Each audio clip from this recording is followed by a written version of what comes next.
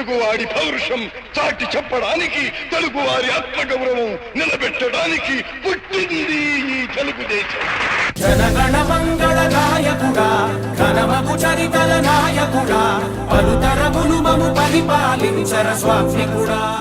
నమస్కారం అండి, this is hashtag. ఈరోజు మహానాడు మే 27, 28, 29 3 రోజులు జరుపుకునే మహానాడిని కుదించుకుని 2 రోజులు చేస్తున్నారు. ప్రతి ఒక్క తెలుగుదేశం కార్యకర్త ఈరోజు ఒక పండగలా ఫీల్ అవుతారు.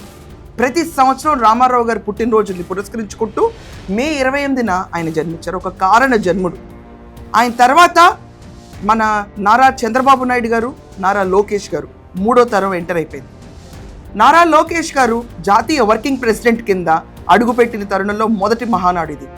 నెల్లూరులో జరపవలసిన మహానాడు ఈరోజు హైబ్రిడ్ పద్ధతిలో క్లస్టర్స్గా ఫామ్ అయ్యి పెద్ద పెద్ద ఎల్ఈడి స్క్రీన్లు పెట్టి వాళ్ళ కార్యకర్తలతో మాట్లాడడానికి ముందడుగేశారు.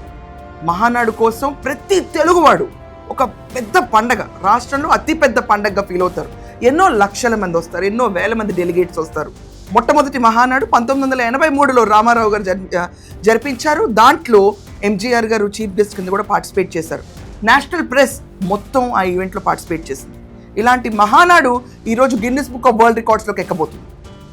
మహానాడు తెలుగుదేశం పార్టీకి ఒక పెద్ద పండుగ. అదే కాకుండా పార్టీ పెద్దను ఎన్నుకుంటారు. ప్రతి ఒక్కళ్ళ దగ్గర వాళ్ళ ఫీడ్బ్యాక్స్ తీసుకుంటారు. పార్టీ ముందుకెళ్లాలో సంవత్సరం పాటు ప్రణాళిక వేసుకుంటారు. మహానాడు కేవలం తెలుగుదేశం పార్టీ కాదు, ఒక జాతికి గౌరవమైన సింబల్గా నిలుస్తుంది. ఈరోజు ప్రతి తెలుగువాడి ఉనికి ఈరోజు దేశవ్యాప్తంగా చాటి ప్రపంచవ్యాప్తంగా ముందు తీసుకెళ్లిన చంద్రబాబు నాయుడు గారు ఈరోజు మహానాడిని లీడ్ చేస్తారు. తర్వాత పార్టీ వర్కింగ్ ప్రెసిడెంట్గా ఉన్న నారా లోకేష్ గారు 3వ తరం అడుగుపెట్టి యువతని, జెన్జీస్ని ఈరోజు అభ్యుదయ మార్గంలోకి నడపడానికి వాళ్ళు ప్రసంగిస్తారు. ఇదే కాకుండా కార్యకర్తలకి దశానిర్దేశం అనేది చాలా కీలకమైన అంశం. 3 రోజులుగా ఇదివరకు జరుపుకునే మహానాడులో వాళ్ళందరూ ఒక్కచోట కలిసి పార్టీ ఎలా ముందుకెళ్ళాలి, ప్రతిపక్ష దాడుల్ని ఎలా ఎదుర్కోవాలి, ప్రజలకు ఎలా సేవ చేయాలి, పార్టీ బలోపేతానికి, పార్టీ చేసే కార్యక్రమాలకి, ఆఖరికి ఎన్టీఆర్ తెలుగుదేశం పార్టీ, చంద్రబాబు నాయుడు గారు తెలుగుదేశం పార్టీ అంటే కేవలం అది ఓట్లు ఎంచుకునే ఒక సంస్థ కాదు. కార్యకర్తలకు అండగా నుంచుని, ఆఖరికి వాళ్ళు పుట్టినప్పటి నుంచి చనిపోయేదాకా అండగా నుంచునే ఒక సంబంధం, రక్త సంబంధానికి మించిన సంబంధం. ఏ తెలుగుదేశం కార్యకర్త పుట్టిన తర్వాత ఒక్కసారి తెలుగుదేశం జెండా తన భుజంపై మోయటం మొదలు పెట్టాడో అది గర్వంగా ఫీల్ అవుతాడు. ఆ జెండాని తీసి ఇంకో జెండా మోయటానికి కోట్ల డబ్బు ఇచ్చినా కూడా వెనక్కెళ్ళడు, తీసి పక్కన పడేస్తారు. చంద్రబాబు నాయుడు గారు ఏది ఆదేశిస్తారో అదే తూచా తప్పకుండా పాటిస్తారు. విభిన్నమైన ఐడియాలజీస్తో ఉన్న మనందరం ఒకే చోట కలిసేది మహానాడు. ఈరోజు వాళ్ళు రిలీజ్ చేసిన బ్యానర్ నా తెలుగుదేశం నా బాధ్యత. అంటే ఇదంతా ఒక కుటుంబం. ఈ కుటుంబంలో మంచి ఉంటుంది, చెడు ఉంటుంది, తప్పులు జరుగుతూ ఉంటాయి. అస్సలు తప్పులు జరగకుండా ఉండటానికి ఆస్కారం ఎక్కడ ఉండదు. కానీ ఆ తప్పుని హైలైట్ చేసి సరిదిద్దుకుని ముందుకెళ్లే వాళ్ళే తెలుగుదేశం వాళ్ళు. రామారావు గారు మొదలు తెలుగుదేశం పార్టీ పెట్టినప్పుడు తెలుగువాడి ఆత్మగౌరవం నినాదంతో తీసుకెళ్లారు. నిజంగా ఆయన చైతన్య రథం ఎక్కారంటే ఇక్కడ పక్కన తెలుగు స్టేట్లో ఈరోజు విజయ్ గురించి చెప్తున్నారు. కానీ ఆ రోజుల్లో రామారావు గారు ఎన్నికలు 2 నెలల్లో పెడదామన్నా కూడా సరే అనే స్టైల్లో ప్రచారం చేసి ఎవరిని పెడితే వాళ్ళు నుంచో పెడితే వాళ్ళు గెలిచారు. నార్త్కి, ఢిల్లీకి తమిళియన్స్ కాదు మేము తెలుగు వాళ్ళు అన్న ఖ్యాతిని గట్టిగా వినిపించారు. ఢిల్లీ వెళ్ళి పోరాడారు. తెలుగుదేశం పార్టీ ఖ్యాతి విస్తరించింది. తెలుగు జనతకు వందనం, తెలుగు యువతకు అభినందనం, తెలుగు మమతకు అభివాదనం. తర్వాత ఆంధ్రప్రదేశ్లో తెలుగుదేశం పార్టీని రూట్స్ వరకు తీసుకెళ్లి క్యాడర్ని ఏర్పాటు చేసి అదే తెలుగుదేశం పార్టీని గ్లోబల్ మ్యాప్లో పెట్టింది నారా చంద్రబాబు నాయుడు గారు. అందుకే ఆయన్ని విజనరీ అంటారు. ఈ విజనరీ లీడర్ తెలంగాణ దిశ రూపురేఖలు మొత్తం మార్చేశారు. కేవలం తెలంగాణ రూపురేఖలు కాదండి, ఇన్ఫ్రాస్ట్రక్చర్ వాల్యూ ఒకటే కాదు. చంద్రబాబు నాయుడు గారు యువతకి, అంటే అప్పట్లో ఉన్న జెన్జీ, ఇప్పుడు జెన్జీస్ లాగా అప్పట్లో ఉన్న జనరేషన్స్కి 16 ఏళ్ల నుంచి 22 ఏళ్ల వాళ్లకు ప్రతి ఒక్కరికి విద్యా అవకాశాలు కల్పించారు. ఎన్నో number of engineering colleges open చేశారు. ఇక్కడే ఉండి చదువుకోవచ్చు మనందరం అని. కాలేజ్ బయటకు వచ్చిన వెంటనే పెద్ద పెద్ద సంస్థలు, ఇన్ఫోసిస్, విప్రో, మైక్రోసాఫ్ట్ ఇలాంటి అన్ని కంపెనీలు హైదరాబాద్లోనే సెటప్ అయినాయి. ఆఖరికి పక్క రాష్ట్రం వెళ్ళి కూడా ఉద్యోగం చేయాల్సిన అవసరం లేదు. Real estate boom. సైబరాబాద్ దెబ్బకి హైదరాబాద్ దిశ మారిపోయింది. పక్క రాష్ట్రంలో ఉన్న ముఖ్యమంత్రులు, ఆఖరికి ప్రధానమంత్రులు కూడా అవురా చంద్రబాబు నాయుడు అంటే ఇదా అనుకున్నారు. బిల్ గేట్స్తో విపరీతమైన ఫ్రెండ్షిప్. అందరూ ఐఎస్బిని లాంచ్ చేయడానికి మూలకర్త. ఈరోజు శంషాబాద్ ఎయిర్పోర్ట్కి ఎవరొచ్చి రిబ్బన్లు కట్ చేసినా దానికి ఉన్న వెనకమాల brain child of Chandrababu Naidu.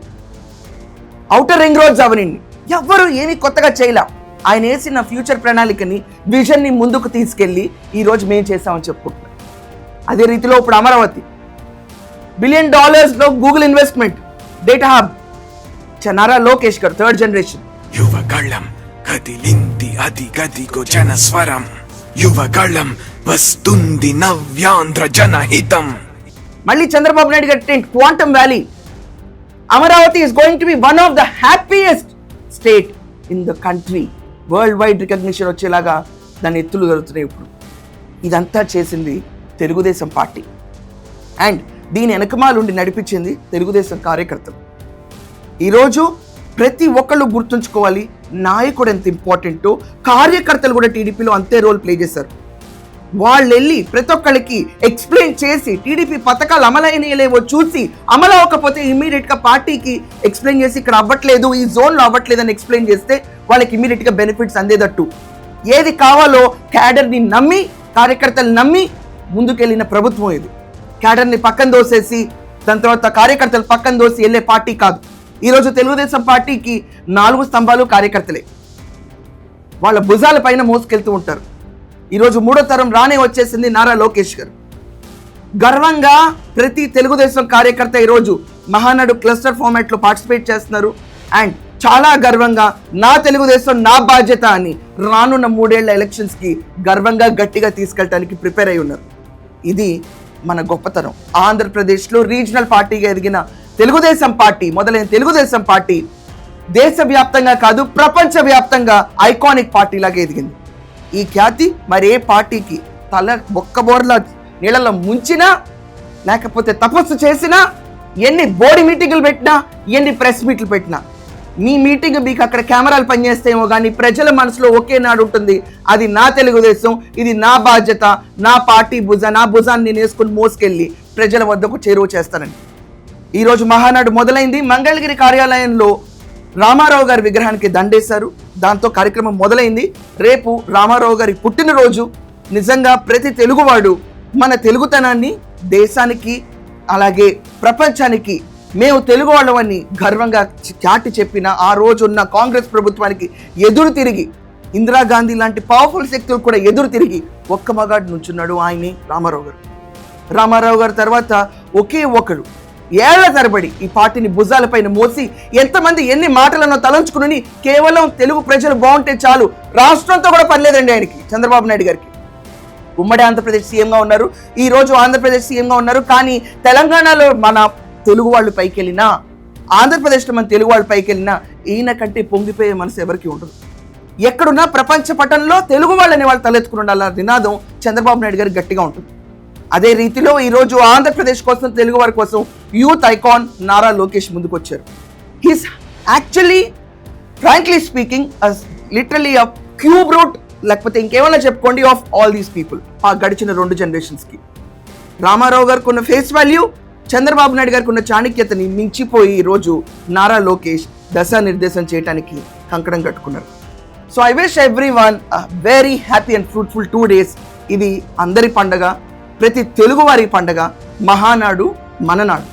So మీరందరూ ఈ షో చూసిన తర్వాత మహానాడు గురించి మీ ఒపీనియన్స్ ఏంటి, మీ ఎక్స్పీరియన్స్ ఏంటి, ఖచ్చితంగా 1980s నుంచి చూసుంటారు నాకంటే ముందు, ఎలా జరిగింది, మీ ఫీలింగ్ ఏంటి కమెంట్స్లో ఖచ్చితంగా రాయండి. That's all for now. Thank you.